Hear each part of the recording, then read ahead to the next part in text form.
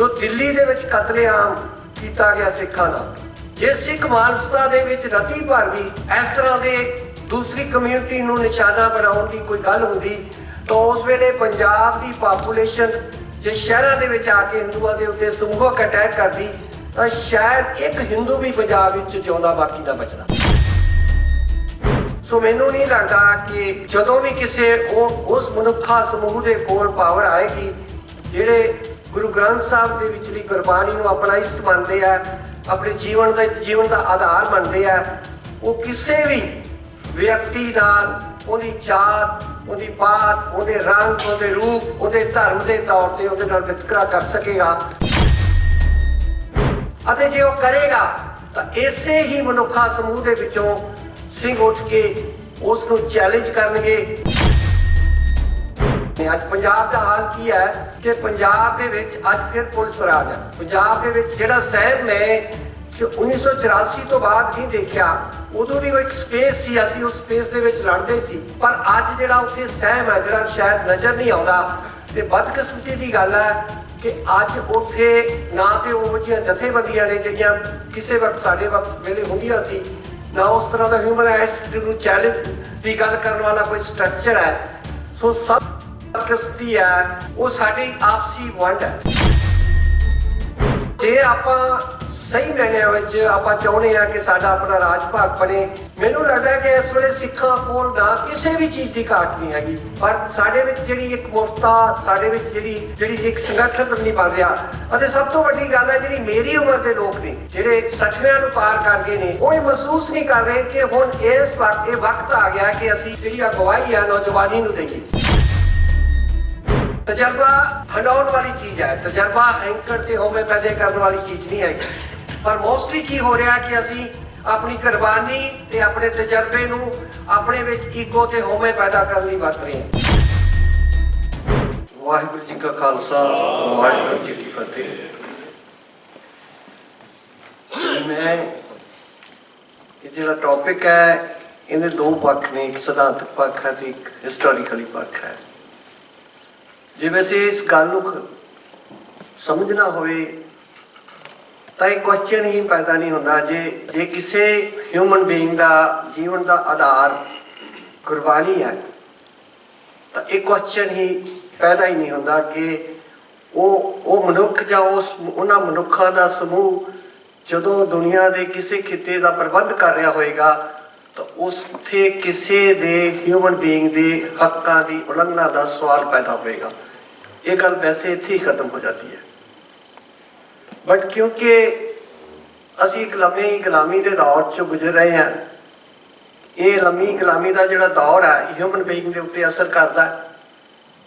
ਕਮਜ਼ੋਰੀਆਂ ਕਿਸੇ ਵੀ, ਚਾਹੇ ਕਿਸੇ ਤੁਸੀਂ ਵੱਡੇ ਸਿਧਾਂਤ ਨਾਲ ਜੁੜੇ ਹੋ, ਤੁਸੀਂ ਕਿੰਨੇ ਵੱਡੇ ਇਤਿਹਾਸ ਨਾਲ ਜੁੜੇ ਹੋ, ਪਰ ਜਿਨ੍ਹਾਂ ਦੇ ਅਧੀਨ ਤੁਸੀਂ ਇੱਕ ਗੁਲਾਮੀ ਨੂੰ ਭੁਗਤ ਰਹੇ ਹੋ ਉਹ ਤੁਹਾਨੂੰ ਕੁੱਟਦੇ ਮਾਰਦੇ ਆ, ਜ਼ੁਲਮ ਵੀ ਕਰਦੇ ਆ ਤੇ ਉਹ ਤੁਹਾਨੂੰ ਬਦਨਾਮ ਵੀ ਕਰਦੇ ਆ। ਪਿਛਲੀ ਜਿਹੜੀ ਸਟਰਗਲ ਹੈ ਇਸ ਦੀ ਮਿਸਾਲ ਹੈ। ਅਸੀਂ ਦੇਖਿਆ ਕਿ ਅਸੀਂ ਜ਼ੁਲਮ ਵੀ ਝੱਲਿਆ, ਮਾਰੇ ਵੀ ਗਏ ਆ, ਪਰ ਉਹ ਤੁਹਾਡੇ ਤੇ ਲੇਬਲ ਵੀ ਲਾਉਂਦੇ ਨੇ ਕਿ ਅੱਤਵਾਦੀ ਨੇ, ਬੇਗੁਨਾਹਾਂ ਨੂੰ ਮਾਰਦੇ ਨੇ। ਸੋ ਇਸ ਤਰ੍ਹਾਂ ਦੇ ਜਦੋਂ ਸਵਾਲ ਉੱਠਦੇ ਆ ਤਾਂ ਮੇਰੇ ਖਿਆਲ ਤਾਂ ਹੀ ਇਹ ਕੁਐਸਚਨ ਸਾਡੇ ਅੱਗੇ ਸਾਹਮਣੇ ਆਉਂਦਾ ਕਿ ਜਦੋਂ ਸਾਡਾ ਵੀ ਰਾਜ ਹੋਏਗਾ ਕਿ ਅਸੀਂ ਵੀ ਇਸੇ ਤਰ੍ਹਾਂ ਲੋਕਾਂ ਨਾਲ ਕਰਾਂਗੇ ਜੋ ਸਾਡੇ ਨਾਲ ਹੋ ਰਿਹਾ। ਸੋ ਮੈਨੂੰ ਲੱਗਦਾ ਹੈ ਕਿ ਜਦੋਂ ਇਹ ਸਵਾਲ ਆਉਂਦਾ ਤਾਂ ਸਾਡੇ ਕੋਲ ਦੋ ਹੀ ਚੀਜ਼ਾਂ ਨੇ। ਸਾਡੇ ਗੁਰੂ ਸਾਹਿਬ ਦਾ ਜਿਹੜਾ ਗੁਰ ਇਤਿਹਾਸ ਦਾ ਟਾਈਮ ਹੈ ਉਹਦੇ ਵਿੱਚੋਂ ਇਸ ਤਰ੍ਹਾਂ ਦਾ ਕੋਈ ਸ਼ੱਕ ਜਾਂ ਕੁਐਸਚਨ ਨਹੀਂ ਉੱਠਦਾ। ਜੇ ਨੌਵੇਂ ਪਾਤਸ਼ਾਹ ਦਾ ਸਮਾਂ ਲੈ ਲਈਏ, ਜਦੋਂ ਕਸ਼ਮੀਰੀ ਪੰਡਿਤ ਆਏ ਨੇ ਤੇ ਸਿਧਾਂਤਕ ਤੌਰ ਤੇ ਜਿਹੜਾ ਜਨੇਊ ਦੀ ਰਸਮ ਹੈ ਉਹਦੇ ਪਹਿਲੇ ਪਾਤਸ਼ਾਹ ਹੀ ਉਹਨਾਂ ਨੂੰ ਚੈਲੰਜ ਕਰ ਦਿੱਤਾ ਗਿਆ, ਪਰ ਉਹਨਾਂ ਦਾ ਜਿਹੜਾ ਇਹ ਹੱਕ, ਧਾਰਮਿਕ ਹੱਕ ਖੋਇਆ ਜਾ ਰਿਹਾ ਸੀ ਤਾਂ ਨੌਵੇਂ ਪਾਤਸ਼ਾਹ ਨੇ ਉਹਦੇ ਲਈ ਆਪਣਾ ਸੀਸ ਬਲੀਦਾਨ ਕਰ ਦਿੱਤਾ। ਸੋ ਇਸ ਤੋਂ ਵੱਡਾ ਹੋਰ ਕੀ ਮਿਸਾਲ ਦਿੱਤੀ ਜਾ ਸਕਦੀ ਹੈ। ਜੇ ਅਸੀਂ 18ਵੀਂ ਸਦੀ ਚਾਹੁੰਦੇ ਹਾਂ ਤਾਂ ਸਭ ਤੋਂ ਪਹਿਲਾਂ ਜਦੋਂ ਅਸੀਂ ਅਜੇ ਜੰਗਲਾਂ ਦੇ ਵਿੱਚ ਰਹਿੰਦੇ ਹਾਂ ਤਾਂ ਪੰਜਾਬ ਦਾ ਜਿਹੜਾ ਮਾਹੌਲ ਆ, ਅਫਰਾ ਤਫਰੀ ਦਾ ਮਾਹੌਲ ਹੈ। ਜਿਹੜਾ ਦਿੱਲੀ ਦਾ ਸਾਮਰਾਜ ਹੈ ਉਸ ਵੇਲੇ ਥੋੜਾ ਉਹਦੀ ਤਾਕਤ ਖਿੰਡ ਰਹੀ ਹੈ ਤਾਂ ਜਿਹੜੇ ਥੱਲੇ ਪਿੰਡਾਂ ਦੇ ਵਿੱਚ ਸੂਬੇਦਾਰ ਨੇ, ਹਾਕਮ ਨੇ, ਲੋਕ ਉਹਨਾਂ ਦੇ ਬਹੁਤ ਸਤਾਏ ਹੋਏ ਨੇ। ਤੇ ਸਿੰਘ ਜਿਹੜੇ ਜੰਗਲਾਂ ਦੇ ਵਿੱਚ ਰਹਿੰਦੇ ਨੇ, ਆਖਰ ਉਹਨਾਂ ਨੇ ਰਾਸ਼ਨ ਵੀ ਚਾਹੀਦਾ ਉਹਨਾਂ ਨੂੰ ਜੀਵਨ ਜਾਚ ਦੇ ਲਈ, ਉਹ ਪਿੰਡਾਂ ਦੇ ਵਿੱਚ ਆਉਂਦੇ ਨੇ। ਤੇ ਜਦੋਂ ਪਿੰਡਾਂ ਦੇ ਵਿੱਚ ਆਉਂਦੇ ਨੇ ਤੇ ਲੋਕ ਉਹਨਾਂ ਨੂੰ ਆਪਣੇ ਦੁੱਖ ਦੱਸਦੇ ਨੇ ਕਿ ਜਿਹੜਾ ਸਾਡੇ ਪਿੰਡ ਦਾ ਚੌਧਰੀ ਹੈ, ਜਿਹੜਾ ਸਾਡੇ ਪਿੰਡ ਦਾ ਹਾਕਮ ਹੈ, ਇਹ ਸਾਡੇ ਤੇ ਬਹੁਤ ਜ਼ੁਲਮ ਕਰਦਾ ਹੈ। ਤਾਂ ਸਿੰਘ ਉਦੋਂ ਜਿਹੜੀ ਆਪਣਾ ਨਿੱਜ ਬਾਲਾ ਉਹਨੂੰ ਵਰਤ ਕੇ ਉਹਨਾਂ ਜ਼ਾਲਮਾਂ ਨੂੰ ਸੋਧੇ ਲਾਉਂਦੇ ਸੀ ਤੇ ਉਸ ਪਿੰਡ ਨੂੰ ਉਸ ਤੋਂ ਆਜ਼ਾਦ ਕਰਾ ਦਿੰਦੇ ਸੀ। ਤਾਂ ਇਹ ਜਿਹੜੀ ਉਹਨਾਂ ਦਾ ਇਹ ਕਰਮ ਸੀਗਾ, ਇਹ ਹੌਲੀ ਹੌਲੀ ਇੱਕ ਜ਼ਬਾਨ ਤੋਂ ਦੂਜੀ ਜ਼ਬਾਨ ਤੱਕ ਅੱਗੇ ਫੈਲਦਾ ਸੀ। ਤਾਂ ਦੂਸਰੇ ਪਿੰਡਾਂ ਦੇ ਲੋਕ ਕਹਿੰਦੇ ਸੀ ਵੀ ਜੇ ਸਿੰਘ ਤੁਹਾਡੇ ਪਿੰਡਾਂ ਵੱਲ ਆਉਣ ਤਾਂ ਪਲੀਜ਼ ਸਾਡੇ ਵੀ ਭੇਜਿਓ, ਵੀ ਅਸੀਂ ਵੀ ਬਹੁਤ। ਤੇ ਇਹ ਨਹੀਂ ਕਿ ਉਹ ਉਦੋਂ ਜਿਹੜਾ ਪੰਜਾਬ ਦਾ ਜਿਹੜਾ ਵਸੋਂ ਸੀ, ਉਹ ਪਿੰਡਾਂ ਦੇ ਵਿੱਚ ਹਿੰਦੂ, ਮੁਸਲਮਾਨ ਤੇ ਸਿੱਖ ਤੇ ਵੈਸੇ ਜੰਗਲਾਂ 'ਚ ਹੀ ਸੀ। ਮਤਲਬ ਜਿਹੜਾ ਬੇਸਿਕਲੀ ਜਿਹੜੀ ਪਿੰਡਾਂ ਦੇ ਵਿੱਚ ਵਸੋਂ ਸੀ ਉਹ ਮੁਸਲਮਾਨ ਤੇ ਹਿੰਦੂ ਹੀ ਸੀ। ਸੋ ਜਦੋਂ ਮਤਲਬ ਉਹਨਾਂ ਪਿੰਡਾਂ ਜਾਂਦੇ ਸੀ ਤਾਂ ਇਸ ਪ੍ਰਥਾ ਨੂੰ ਹੌਲੀ ਹੌਲੀ ਇਹ ਜਿਹੜਾ ਸਿੰਘ ਉਹਨਾਂ ਦੀ ਜਦੋਂ ਰੱਖਿਆ ਕਰਦੇ ਸੀ ਤਾਂ ਇਹ ਰਾਖੀ ਪ੍ਰਥਾ ਦੇ ਤੌਰ ਤੇ ਮਸ਼ਹੂਰ ਹੋਇਆ ਹਿਸਟਰੀ ਦੇ ਵਿੱਚ, ਕਿ ਜਿਹੜੀ ਮੁਸਲਮਾਨ ਤੇ ਹਿੰਦੂ ਪਾਪੂਲੇਸ਼ਨ ਸੀ ਉਹ ਸਿੰਘਾਂ ਨੂੰ ਸੁਨੇਹੇ ਭੇਜ ਕੇ ਕਹਿੰਦੀ ਸੀ ਕਿ ਅਸੀਂ ਜ਼ੁਲਮ ਦੇ ਸਤਾਏ ਹੋਏ ਹਾਂ।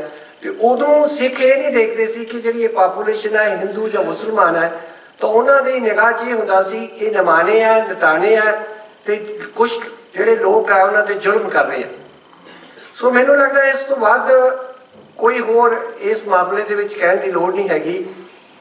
ਜੇ ਅਸੀਂ ਪਿਛਲੇ ਇਤਿਹਾਸ ਦੇ ਵਿੱਚ ਕੁਝ ਐਸੀਆਂ ਗੱਲਾਂ ਵਾਪਰੀਆਂ ਨੇ, ਜਾਂ ਜਿਸ ਤਰ੍ਹਾਂ ਆਪਾਂ ਸੰਨ 47 ਦੇ ਵਿਸਾਖੀ ਦੀ ਗੱਲ, ਜਿਹੜਾ ਉਸ ਵਕਤ ਕਤਲੇਆਮ ਹੋਇਆ, ਉਹ ਇੱਕ ਐਸੀ ਘਟਨਾ ਹੈ ਜਿਹੜੀ ਸਿੱਖ ਸਾਈਕੀ ਨੂੰ ਅੱਜ ਵੀ ਦਰਦ ਦਿੰਦੀ ਹੈ। ਤੇ ਅੱਜ ਸਿੱਖ ਸਾਈਕੀ 'ਚ ਉਸ ਘਟਨਾ ਪ੍ਰਤੀ ਪਛਤਾਵਾ ਵੀ ਹੈ, ਪਰ ਉਸ ਲਈ ਵੀ ਅਸੀਂ ਜ਼ਿੰਮੇਵਾਰ ਨਹੀਂ ਹੈਗੇ। ਉਹ ਜਿਹੜੀ ਹਿੰਸਾ ਹੈ ਉਹ ਸਾਡੀ ਝੋਲੀ ਪਾਈ ਗਈ ਹਿੰਸਾ ਹੈ। ਅਸੀਂ ਮਤਲਬ ਉਹ ਅੱਜ ਵੀ ਸਿੱਖ, ਹਰ ਸਿੱਖ, ਤੁਸੀਂ ਕਿਸੇ ਵੀ ਸਿੱਖ ਨਾਲ ਗੱਲ ਕਰ ਲਓ, ਉਹਦੇ ਹਿਰਦੇ ਵਿੱਚ 47 ਦੀ ਜਿਹੜੀ ਕੱਟਵੱਡ ਹੈ, ਜਿਹੜਾ ਕਤਲੇਆਮ ਹੈ, ਉਹਦਾ ਦਰਦ ਉਹਦੇ ਹਰ ਸਿੱਖ ਦੇ ਹਿਰਦੇ 'ਚ ਪਿਆ ਹੈ। ਅਤੇ ਇਹਦੀ ਮਿਸਾਲ ਹੈ ਜਦੋਂ ਵੀ ਕੋਈ ਸਿੱਖ ਜਾਂ ਪਾਕਿਸਤਾਨ ਜਾਂਦਾ ਹੈ ਜਾਂ ਪਾਕਿਸਤਾਨ ਤੋਂ ਕੋਈ ਸਿੱਖ ਇੱਧਰ ਆਉਂਦਾ ਹੈ, ਤਾਂ ਉਹ ਦੋਨੋਂ ਹੀ ਜਦੋਂ ਗੱਲ ਲੱਗ ਕੇ ਰੋਂਦੇ ਆ, ਉਹ ਜਿਹੜੇ ਦੁੱਖ ਨੂੰ ਉਹ ਹਟਾਉਂਦੇ ਆ, ਤਾਂ ਉਹਨਾਂ ਨੂੰ ਮਹਿਸੂਸ ਹੁੰਦਾ ਹੈ ਕਿ ਇਹ ਜਿਹੜੀ ਉਹ ਘਟਨਾ ਵਾਪਰੀ ਸੀ ਉਹ ਗਲਤ ਸੀ। ਸੋ ਦੂਸਰਾ ਆ ਜਾਓ ਮੂਵਮੈਂਟ ਦੇ ਉੱਤੇ, ਜਿਹੜੀ ਸੰਨ 1978 ਤੋਂ ਜਿਹੜੀ ਮੂਵਮੈਂਟ ਸ਼ੁਰੂ ਹੋਈ ਹੈ, ਮੈਂ ਉਹਦੀ ਇੱਕ ਘਟਨਾ ਹੀ ਦਊਂਗਾ ਕਿ ਦਿੱਲੀ ਨੇ ਸਾਡੇ ਤੇ ਸਭ ਤੋਂ ਵੱਡਾ ਜਿਹੜਾ ਹਮਲਾ ਕੀਤਾ, ਸਾਡੇ ਈਸਟ ਦੇ ਉੱਤੇ ਹਮਲਾ ਕੀਤਾ, ਸ੍ਰੀ ਦਰਬਾਰ ਸਾਹਿਬ ਦੇ ਉੱਤੇ ਅਟੈਕ ਕੀਤਾ। ਅਤੇ ਉਸ ਤੋਂ ਬਾਅਦ ਇੰਦਰਾ ਗਾਂਧੀ ਦੇ ਕਤਲ ਦੇ ਵੇਲੇ ਅਕਤੂਬਰ ਦੇ ਵਿੱਚ, ਨਵੰਬਰ ਦੇ ਪਹਿਲੇ ਹਫ਼ਤੇ ਦੇ ਵਿੱਚ ਜੋ ਦਿੱਲੀ ਦੇ ਵਿੱਚ ਕਤਲੇਆਮ ਕੀਤਾ ਗਿਆ ਸਿੱਖਾਂ ਦਾ, ਜੇ ਸਿੱਖ ਮਾਨਸਿਕਤਾ ਦੇ ਵਿੱਚ ਰਤੀ ਭਰ ਵੀ ਇਸ ਤਰ੍ਹਾਂ ਦੇ ਦੂਸਰੀ ਕਮਿਊਨਿਟੀ ਨੂੰ ਨਿਸ਼ਾਨਾ ਬਣਾਉਣ ਦੀ ਕੋਈ ਗੱਲ ਹੁੰਦੀ, ਤਾਂ ਉਸ ਵੇਲੇ ਪੰਜਾਬ ਦੀ ਪਾਪੂਲੇਸ਼ਨ ਜੇ ਸ਼ਹਿਰਾਂ ਦੇ ਵਿੱਚ ਆ ਕੇ ਹਿੰਦੂਆਂ ਦੇ ਉੱਤੇ ਸਮੂਹਕ ਅਟੈਕ ਕਰਦੀ, ਤਾਂ ਸ਼ਾਇਦ ਇੱਕ ਹਿੰਦੂ ਵੀ ਪੰਜਾਬ ਵਿੱਚ ਜਿਉਂਦਾ ਬਾਕੀ ਨਾ ਬਚਦਾ। ਪਰ ਤੁਹਾਨੂੰ ਕੋਈ ਇੱਕ ਘਟਨਾ ਵੀ ਐਸੀ ਨਹੀਂ ਪੰਜਾਬ ਦੇ ਵਿੱਚ ਮਿਲੇਗੀ। ਕੁਝ ਘਟਨਾਵਾਂ ਅਨਫੋਰਚੂਨੇਟਲੀ ਕੁਝ ਘਟਨਾਵਾਂ ਖਾੜਕੂ ਲਹਿਰ ਵਿੱਚ ਵਾਪਰੀਆਂ ਨੇ, ਪਰ ਜੇ ਤੁਸੀਂ ਖਾੜਕੂਆਂ ਦੀ ਗਿਣਤੀ ਦੇ ਉਹਨਾਂ ਦੇ ਹਥਿਆਰਬੰਦ ਸਟਰਗਲ ਨੂੰ ਦੇਖੋ ਤਾਂ ਉਹ ਬਹੁਤ ਨਾਮਾਤਰ ਹੋ ਜਾਂਦੀਆਂ। ਜੇ ਕਿਤੇ ਖਾੜਕੂ ਸਿੰਘ ਇਹ ਧਾਰ ਲੈਂਦੇ ਕਿ ਅਸੀਂ ਪੰਜਾਬ ਦੇ ਹਿੰਦੂਆਂ ਨੂੰ ਕੋਈ ਨੁਕਸਾਨ ਪਹੁੰਚਾਉਣਾ ਹੈ, ਤਾਂ ਮੈਨੂੰ ਲੱਗਦਾ ਕਿ ਹਜ਼ਾਰਾਂ ਨਹੀਂ, ਮਤਲਬ ਸ਼ਾਇਦ ਲੱਖਾਂ ਦੀ ਗਿਣਤੀ ਦੇ ਵਿੱਚ ਉੱਥੇ ਹਿੰਦੂ ਵੀਰਾਂ ਦਾ ਨੁਕਸਾਨ ਹੁੰਦਾ, ਪਰ ਇਹ ਜਿਹਾ ਨਹੀਂ ਵਾਪਰਿਆ। ਸੋ ਮੈਨੂੰ ਨਹੀਂ ਲੱਗਦਾ ਕਿ ਜਦੋਂ ਵੀ ਕਿਸੇ ਉਸ ਮਨੁੱਖਾ ਸਮੂਹ ਦੇ ਕੋਲ ਪਾਵਰ ਆਏਗੀ ਜਿਹੜੇ ਗੁਰੂ ਗ੍ਰੰਥ ਸਾਹਿਬ ਦੇ ਵਿਚਲੀ ਗੁਰਬਾਣੀ ਨੂੰ ਆਪਣਾ ਇਸ਼ਟ ਮੰਨਦੇ ਆ, ਆਪਣੇ ਜੀਵਨ ਦਾ ਆਧਾਰ ਮੰਨਦੇ ਆ, ਉਹ ਕਿਸੇ ਵੀ ਵਿਅਕਤੀ ਨਾਲ ਉਹਦੀ ਜਾਤ, ਉਹਦੀ ਪਾਤ, ਉਹਦੇ ਰੰਗ, ਉਹਦੇ ਰੂਪ, ਉਹਦੇ ਧਰਮ ਦੇ ਤੌਰ ਤੇ ਉਹਦੇ ਨਾਲ ਵਿਤਕਰਾ ਕਰ ਸਕੇਗਾ। ਅਤੇ ਜੇ ਉਹ ਕਰੇਗਾ ਤਾਂ ਇਸੇ ਹੀ ਮਨੁੱਖਾ ਸਮੂਹ ਦੇ ਵਿੱਚੋਂ ਸਿੰਘ ਉੱਠ ਕੇ ਉਸ ਨੂੰ ਚੈਲੰਜ ਕਰਨਗੇ ਤੇ ਇਨਸਾਫ ਦੀ ਅਗਲੀ ਲੜਾਈ ਦੇ ਵਿੱਚ ਜੁਟ ਜਾਣਗੇ। ਇਹ ਮੇਰਾ ਯਕੀਨ ਹੈ ਤੇ ਮੈਨੂੰ ਲੱਗਦਾ ਹੈ ਸਾਡਾ ਸਾਰਿਆਂ ਦਾ ਯਕੀਨ ਸੱਚੇ ਪਾਤਸ਼ਾਹ ਕਾਇਮ ਰੱਖਣਗੇ। ਸੋ ਮੇਰੇ ਕੋਲ ਇਸ ਸੰਬੰਧ ਵਿੱਚ ਇਸ ਤੋਂ ਵੱਧ ਹੋਰ ਕਹਿਣ ਲਈ ਕਿਉਂ ਨਹੀਂ, ਕਿਉਂਕਿ ਮੈਂ ਇੱਕ ਐਕਟਿਵਿਸਟ ਹਾਂ। ਬਹੁਤਾ ਮੇਰਾ ਸਿਧਾਂਤ ਤੇ ਇਤਿਹਾਸ ਦੇ ਉੱਤੇ ਮੇਰੀ ਕੋਈ ਪਕੜ ਉਨੀ ਹੈ ਕਿ ਜਿੰਨੀ ਇੱਕ ਐਕਟਿਵਿਸਟ ਨੂੰ ਲੋੜ ਹੁੰਦੀ ਹੈ। ਸੋ ਮੇਰਾ ਜਿਹੜਾ ਜੀਵਨ ਹੈ ਇਸ ਲਹਿਰ ਨਾਲ ਜੁੜਿਆ ਹੋਇਆ ਹੈ। ਸੋ ਮੈਂ ਖੁਦ ਇਸ ਲਹਿਰ ਨੂੰ ਹੰਢਾਇਆ। ਜੇ ਕੋਈ ਤੁਹਾਡਾ ਉਸ ਦੇ ਸੰਬੰਧ ਵਿੱਚ ਤੁਹਾਡਾ ਕੁਐਸਚਨ ਹੋਵੇ ਤਾਂ ਤੁਸੀਂ ਮੈਨੂੰ 10 ਘੰਟੇ ਵੀ ਬੁਲਾਈ ਜਾਓ ਤਾਂ ਮੈਂ 10 ਘੰਟੇ ਵੀ ਉਸ ਤੇ ਬੋਲਦਾ ਰਹਾਂਗਾ। ਮੇਰੀ ਲਾਈਫ ਦਾ ਆਲਮੋਸਟ 10 ਸਾਲ ਮੈਂ ਹਿਊਮਨ ਰਾਈਟਸ ਐਕਟਿਵਿਸਟ ਦੇ ਤੌਰ ਤੇ ਕੰਮ ਕੀਤਾ। ਸਰਦਾਰ ਜਸਵੰਤ ਸਿੰਘ ਖਾਲੜਾ ਦੇ ਤੋਂ ਬਾਅਦ ਇੱਕ ਵੱਡਾ ਚੈਲੰਜ ਸੀ ਮੇਰੇ ਅੱਗੇ ਕਿ ਜਿਸ ਸਾਡੇ ਵੀਰ ਨੇ ਮਨੁੱਖੀ ਅਧਿਕਾਰਾਂ ਦੀ ਗੱਲ ਕਰਦੇ, ਪੰਜਾਬ 'ਚ ਹੋਏ ਕਤਲੇਆਮ ਦੀ ਗੱਲ ਕਰਦੇ, ਲਾਵਾਰਿਸ ਲਾਸ਼ਾਂ ਦੀ ਗੱਲ ਕਰਦੇ ਹੋਏ ਆਪਣੀ ਜਾਨ ਦੇ ਦਿੱਤੀ। ਜੇ ਉਸ ਮੁੱਦੇ ਨੂੰ ਜੇ ਮੈਂ ਤੱਥਾਂ ਦੇ ਤੌਰ ਤੇ ਦੁਨੀਆ ਦੇ ਸਾਹਮਣੇ ਨਹੀਂ ਲਿਆਵਾਂਗਾ ਤਾਂ ਇੱਕ ਦੁਨੀਆ ਕਹੇਗੀ ਵੀ ਇਹ ਝੂਠੀ ਗੱਲ ਸੀ ਜੋ ਖਾਲੜਾ ਸਾਹਿਬ ਕਰਕੇ ਗਏ ਆ। ਤਾਂ ਉਹ 10 ਇੱਕ ਤੇ ਮੈਂ ਮੂਵਮੈਂਟ ਦੇ ਵਿੱਚੋਂ ਜਨਮ ਦੇਖਿਆ। ਦੂਸਰਾ ਹੈ ਉਹਨਾਂ 10 ਸਾਲਾਂ ਦੇ ਵਿੱਚ ਮੈਂ ਜੋ ਹਜ਼ਾਰਾਂ ਵਿਕਟਮ ਦੇ ਨਾਲ ਜਾ ਕੇ ਉਹਨਾਂ ਨਾਲ ਮੁਲਾਕਾਤਾਂ ਕੀਤੀਆਂ, ਉਹਨਾਂ ਦੇ ਦੁੱਖ ਨੂੰ ਸੁਣਿਆ ਤੇ ਉਸ ਨੂੰ ਫਿਰ ਮੈਂ ਕਲਮਬੰਦ ਕੀਤਾ। ਉਹ ਤਜਰਬਾ ਜਿਹੜਾ ਐਸਾ ਇੱਕ ਤਜਰਬਾ ਹੈ, ਐਸੀ ਇੱਕ ਪੀੜਾ ਹੈ, ਮਨੁੱਖੀ ਪੀੜਾ ਹੈ ਜਿਹਨੂੰ ਮੈਂ ਕਿ ਅਜੇ ਵੀ ਤੱਕ ਵੀ ਸਿੱਖ ਐਕਸਪਲੇਨ ਕਰਨ ਤੋਂ ਨਹੀਂ ਕਰ ਪਾਈ। ਸੋ ਮੇਰੇ ਕੋਲ ਜਿੰਨਾ ਹੁੰਦਾ ਸੀ ਮੈਂ ਕੀਤਾ। ਮੈਂ ਯਾਨੀ ਕਿ ਮੈਂ ਇਹ ਨਹੀਂ ਕਹਿ ਸਕਦਾ ਕਿ ਮੈਂ ਇੱਕ ਡਾਕੂਮੈਂਟ ਦੁਨੀਆ ਦੇ ਸਾਹਮਣੇ ਲਿਆਉਂਦਾ ਸਾਡੀ ਅਗਲੀ ਪੀੜ੍ਹੀ ਦੇ ਲਈ, ਕਿਉਂਕਿ ਮੈਂ ਨਾ ਤੇ ਮੇਰੇ ਕੋਲ ਉਸ ਤਰ੍ਹਾਂ ਦੀ ਲੈਂਗੁਏਜ ਸੀ ਕਿ ਮੈਂ ਇੰਟਰਨੈਸ਼ਨਲ ਤੌਰ ਤੇ ਇਸ ਮੁੱਦੇ ਦੀ ਪੈਰਵੀ ਕਰ ਸਕਾਂ। ਇੱਕ ਟੀਮ ਜ਼ਰੂਰ ਬਣੀ ਕੁਝ ਵਕਤੀ ਤੌਰ ਤੇ, ਜਿੰਨਾ ਸਾਥੋਂ ਹੋਇਆ ਅਸੀਂ ਕੀਤਾ, ਪਰ ਇਹ ਜਿਹੜੀ ਜ਼ਿੰਮੇਵਾਰੀ ਹੈ ਮੈਨੂੰ ਲੱਗਦਾ ਹੈ ਇਹ ਸਾਡੀ ਅਗਲੀ ਪੀੜ੍ਹੀ ਦੇ ਉੱਤੇ ਹੈ ਕਿ ਜੋ ਸਾਡੇ ਨਾਲ ਜ਼ੁਲਮ ਹੋਏ ਨੇ ਉਹ ਜਿਹੜੇ ਅਜੇ ਵੀ ਦੁਨੀਆ ਦੇ ਸਾਹਮਣੇ ਨਹੀਂ ਆਏ ਤੇ ਅਜੇ ਵੀ ਹੋ ਰਹੇ ਨੇ। ਅੱਜ ਪੰਜਾਬ ਦਾ ਹਾਲ ਕੀ ਹੈ ਕਿ ਪੰਜਾਬ ਦੇ ਵਿੱਚ ਅੱਜ ਫਿਰ ਪੁਲਿਸ ਰਾਜ ਹੈ। ਪੰਜਾਬ ਦੇ ਵਿੱਚ ਜਿਹੜਾ ਸਹਿਮ ਮੈਂ 1984 ਤੋਂ ਬਾਅਦ ਨਹੀਂ ਦੇਖਿਆ। ਉਦੋਂ ਵੀ ਉਹ ਇੱਕ ਸਪੇਸ ਸੀ, ਅਸੀਂ ਉਸ ਸਪੇਸ ਦੇ ਵਿੱਚ ਲੜਦੇ ਸੀ, ਪਰ ਅੱਜ ਜਿਹੜਾ ਉੱਥੇ ਸਹਿਮ ਹੈ ਜਿਹੜਾ ਸ਼ਾਇਦ ਨਜ਼ਰ ਨਹੀਂ ਆਉਂਦਾ। ਤੇ ਬਦਕਿਸਮਤੀ ਦੀ ਗੱਲ ਹੈ ਕਿ ਅੱਜ ਉੱਥੇ ਨਾ ਤੇ ਉਹੋ ਜਿਹੀਆਂ ਜਥੇਬੰਦੀਆਂ ਨੇ ਜਿਹੜੀਆਂ ਕਿਸੇ ਵਕਤ ਸਾਡੇ ਵਕਤ ਵੇਲੇ ਹੁੰਦੀਆਂ ਸੀ, ਨਾ ਉਸ ਤਰ੍ਹਾਂ ਦਾ ਹਿਊਮਨ ਰਾਈਟਸ ਨੂੰ ਚੈਲੰਜ ਦੀ ਗੱਲ ਕਰਨ ਵਾਲਾ ਕੋਈ ਸਟਰਕਚਰ ਹੈ।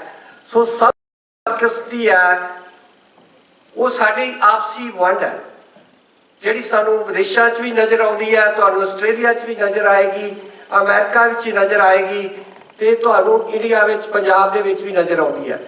ਸੋ ਜੇ ਆਪਾਂ ਸਹੀ ਮਾਇਨਿਆਂ ਵਿੱਚ ਆਪਾਂ ਚਾਹੁੰਦੇ ਹਾਂ ਕਿ ਸਾਡਾ ਆਪਣਾ ਰਾਜ ਭਾਗ ਬਣੇ, ਮੈਨੂੰ ਲੱਗਦਾ ਕਿ ਇਸ ਵੇਲੇ ਸਿੱਖਾਂ ਕੋਲ ਨਾ ਕਿਸੇ ਵੀ ਚੀਜ਼ ਦੀ ਘਾਟ ਨਹੀਂ ਹੈਗੀ, ਰਿਸੋਰਸਿਸ ਦੀ ਘਾਟ ਨਹੀਂ ਹੈਗੀ, ਸਮਝ ਦੀ ਵੀ ਕੋਈ ਘਾਟ ਨਹੀਂ। ਅੱਜ ਸਾਡੇ ਕੋਲ ਐਸੇ ਲੋਕ ਸਾਡੇ ਵਿੱਚ ਸੱਜਣ ਹੈਗੇ ਨੇ ਜਿਨ੍ਹਾਂ ਨੂੰ ਜਿਹੜੇ ਸਿਧਾਂਤਕ ਪੱਧਰ ਤੇ ਹਿਸਟਰੀ ਦੇ ਪੱਧਰ ਤੇ ਸਾਨੂੰ ਸੇਧ ਵੀ ਦੇ ਸਕਦੇ ਨੇ, ਪਰ ਸਾਡੇ ਵਿੱਚ ਜਿਹੜੀ ਇੱਕ ਮੁਰਤਾ, ਸਾਡੇ ਵਿੱਚ ਜਿਹੜੀ ਇੱਕ ਸੰਗਠਨ ਨਹੀਂ ਬਣ ਰਿਹਾ। ਅਤੇ ਸਭ ਤੋਂ ਵੱਡੀ ਗੱਲ ਹੈ ਜਿਹੜੀ ਮੇਰੀ ਉਮਰ ਦੇ ਲੋਕ ਨੇ ਜਿਹੜੇ 60ਵਿਆਂ ਨੂੰ ਪਾਰ ਕਰ ਗਏ ਨੇ, ਉਹ ਇਹ ਮਹਿਸੂਸ ਨਹੀਂ ਕਰ ਰਹੇ ਕਿ ਹੁਣ ਇਹ ਵਕਤ ਆ ਗਿਆ ਕਿ ਅਸੀਂ ਜਿਹੜੀ ਅਗਵਾਈ ਆ ਨੌਜਵਾਨੀ ਨੂੰ ਦਈਏ। ਉਲਟਾ ਕੀ ਹੋਇਆ, ਮੈਂ ਤੁਹਾਨੂੰ ਪੰਜਾਬ ਦੀ ਇੱਕ ਮਿਸਾਲ ਦੇ ਸਕਦਾ ਕਿ ਭਾਈ ਅੰਮ੍ਰਿਤਪਾਲ ਹੋਣੀ ਜਦੋਂ ਆਏ ਮੈਨੂੰ ਵੀ ਲੱਗਾ ਕਿ ਇੱਕ ਨੌਜਵਾਨ ਹੈ, ਇਹਦੇ ਕੋਲ ਕੋਈ ਤਜਰਬਾ ਨਹੀਂ ਹੈਗਾ, ਸ਼ਾਇਦ ਇਹ ਜਿਹੜੀਆਂ ਗੱਲਾਂ ਕਰ ਰਿਹਾ ਇਹ ਮਾਰ ਖਾਏਗਾ। ਪਰ ਜਦੋਂ ਮੈਂ ਉਸ ਨੌਜਵਾਨ ਨੂੰ ਡੀਪਲੀ ਉਹਨੂੰ ਸਟੱਡੀ ਕੀਤਾ ਤਾਂ ਮੈਨੂੰ ਲੱਗਾ ਕਿ ਆਖਰ ਦੋ ਹੀ ਜਿਹੜੇ ਨੌਜਵਾਨ ਆਏ, ਦੀਪ ਸਿੱਧੂ ਤੇ ਅੰਮ੍ਰਿਤਪਾਲ। ਸੋ ਮੈਨੂੰ ਲੱਗਦਾ ਹੈ ਕਿ ਇਹ ਇੱਕ ਬੜਾ ਵਧੀਆ ਮੌਕਾ ਸੀ ਸਾਡੀ ਪੀੜ੍ਹੀ ਦੇ ਲੋਕਾਂ ਨੂੰ ਕਿ ਅਸੀਂ ਆਪਣੇ ਤਜਰਬੇ ਨੂੰ ਇਹਨਾਂ ਨੌਜਵਾਨਾਂ ਦੇ ਰਾਹੀਂ ਟ੍ਰਾਂਸਫਰ ਕਰਕੇ ਇਹ ਗੱਲ ਨੂੰ ਅੱਗੇ ਤੋਰਿਆ ਜਾਵੇ। ਪਰ ਜਿਹਦੇ ਵਿੱਚ ਜਿਹੜੀ ਮੇਰੀ ਪੀੜ੍ਹੀ ਹੈ, ਮੈਂ ਕਿਸੇ ਤੇ ਇੰਡੀਵਿਜੂਅਲ ਲਈ ਦੋਸ਼ ਦੇਣ ਲਈ ਨਹੀਂ ਦੇਣਾ ਚਾਹੁੰਦਾ, ਪਰ ਮੈਂ ਸਮਝਦਾ ਹਾਂ ਕਿ ਮੇਰੀ ਪੀੜ੍ਹੀ ਦੇ ਜਿਹੜੇ ਲੋਕ ਸੀ ਜਾਂ ਮੈਥੋਂ 5-10 ਸਾਲ ਵੱਡੇ ਜਾਂ ਮੈਥੋਂ 5-10 ਸਾਲ ਛੋਟੇ, ਉਹ ਬੁਰੀ ਤਰ੍ਹਾਂ ਫੇਲ ਹੋਏ ਆ। ਸੋ ਅੱਜ ਵੀ ਮੌਕਾ ਹੈ ਕਿ ਅਸੀਂ ਨੌਜਵਾਨ ਸ਼ਕਤੀ ਨੂੰ ਪਹਿਚਾਨੀਏ, ਅਸੀਂ ਆਪਣੇ ਤਜਰਬੇ ਨੂੰ, ਤਜਰਬਾ ਹੰਡਾਉਣ ਵਾਲੀ ਚੀਜ਼ ਹੈ, ਤਜਰਬਾ ਹੈਂਕੜ ਤੇ ਹਉਮੈ ਪੈਦਾ ਕਰਨ ਵਾਲੀ ਚੀਜ਼ ਨਹੀਂ ਹੈਗੀ। ਪਰ ਮੋਸਟਲੀ ਕੀ ਹੋ ਰਿਹਾ ਕਿ ਅਸੀਂ ਆਪਣੀ ਕੁਰਬਾਨੀ ਤੇ ਆਪਣੇ ਤਜਰਬੇ ਨੂੰ ਆਪਣੇ ਵਿੱਚ ਈਗੋ ਤੇ ਹਉਮੈ ਪੈਦਾ ਕਰਨ ਲਈ ਵਰਤ ਰਹੇ ਹਾਂ। ਇਸ ਨੂੰ ਹੰਡਾਉਣ, ਅਗਲੀ ਨੌਜਵਾਨੀ ਦੀ ਹੰਡਾਉਣ ਦੀ ਚੀਜ਼ ਹੈ। ਆਪਣੇ ਤਜਰਬੇ ਤੇ ਆਪਣੀ ਕਮਾਈ ਹੈ, ਜਿਹੜੀ ਕੁਰਬਾਨੀ ਹੈ, ਆਪਾਂ ਉਹਨੂੰ ਟ੍ਰਾਂਸਫਰ ਕਰੀਏ। ਬਹੁਤ ਵਧੀਆ ਮੌਕਾ ਹੈ। ਸੋ ਨੌਜਵਾਨੀ ਨੂੰ ਅੱਗੇ ਆਉਣ ਦਾ ਮੌਕਾ ਦਈਏ। ਸੋ ਮੈਨੂੰ ਇਹ ਹੈ ਕਿ ਸਭ ਤੋਂ ਵਧੀਆ ਇਸ ਵੇਲੇ ਜਿਹੜੇ ਨੌਜਵਾਨ ਉੱਥੇ ਲੜ ਰਹੇ ਨੇ, ਭਾਈ ਅੰਮ੍ਰਿਤਪਾਲ ਹੈ, ਮੈਨੂੰ ਲੱਗਦਾ ਕਿ ਤੁਹਾਡੇ ਕੋਲ ਇੱਕ ਸ਼ਾਨਦਾਰ ਲੀਡਰ ਹੈ। ਮਤਲਬ ਮੈਂ ਜਿੱਥੋਂ ਤੱਕ ਮੈਂ ਜਾਣਦਾ, मैं किसी का कोई धड़ा नहीं, मैं अज तक उन्होंने मिलिया नहीं। मतलब मेरी जी स्टडी है वो ये कहती है कि सानू इस वेले एकजुट होने की लोड़ है। साढ़े को इस वेले चंगे आगू भी हैगे ने, चंगी नौजवान टीम भी हैगी है। सानू यूनिट पद्धर से जी साढ़े आपस में कोई नफरत है, ये सारा कुछ त्यागना पएगा।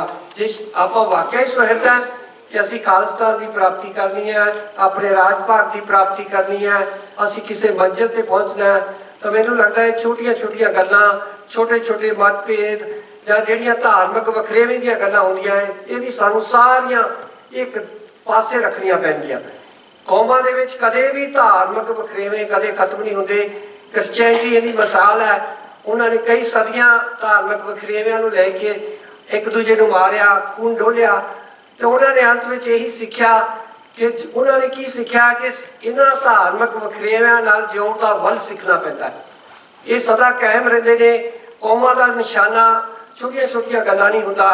सो खालसे दा निशाना अपने अपने लिए आज़ादी हासिल करना तो है, पर खालसे दा निशाना उस तो भी वड्डा है कि जिहड़ी गुरु साहब कहते ने जगत जलंदा रख लै अपनी किरपा धार, जित द्वारा उभरै तिते लै उभार। सो गुरु साहब सारे जगत की जिहड़ी अज जगत तुहानूं जलंदा दिख रहा है, जो अज नफरतां ने, जो अज युद्धां चल रहे ने, जो अज परमाणु के डर थले दुनिया जलवायु जो जो जिहड़ा वातावरण के डर बने हुए ने सारे, ये गुरु साहब उस वेले देख रहे हैं। ये जगत के जलंदे नूं देख रहे हैं। ये नहीं कि उस वक्त के उत्ते वो कमेंटरी कर रहे हैं। गुरु साहब का नज़रिया अज चल रहे संसार नूं देख रहा है। सो अज तुहाडी जे तुसीं उन्हां दे वारिस हो, अज तुहाडी ये जिम्मेवारी बनती है कि जल रहे संसार नूं अपनी जिम्मेवारी नूं पछाणो, संगठित होवो, खालसाई जीवन जाच नूं अपनाओ, अते जिथे तुसीं अपने लिए किसी राज भाग की सिरजना करनी है, उत्थे दुनिया नूं अपने फलसफे नूं वो दुनिया के अगे रख के उन्होंने दिखाओ कि आ एक तौर तरीका है, आ एक जीवन जाच है। जिन्नियां भी चुनौतियां अज मनुखता नूं आ रही हैं, इस फलसफे के राही असीं उन्हां चुनौतियां नूं किस तरह हल कर सकते हैं।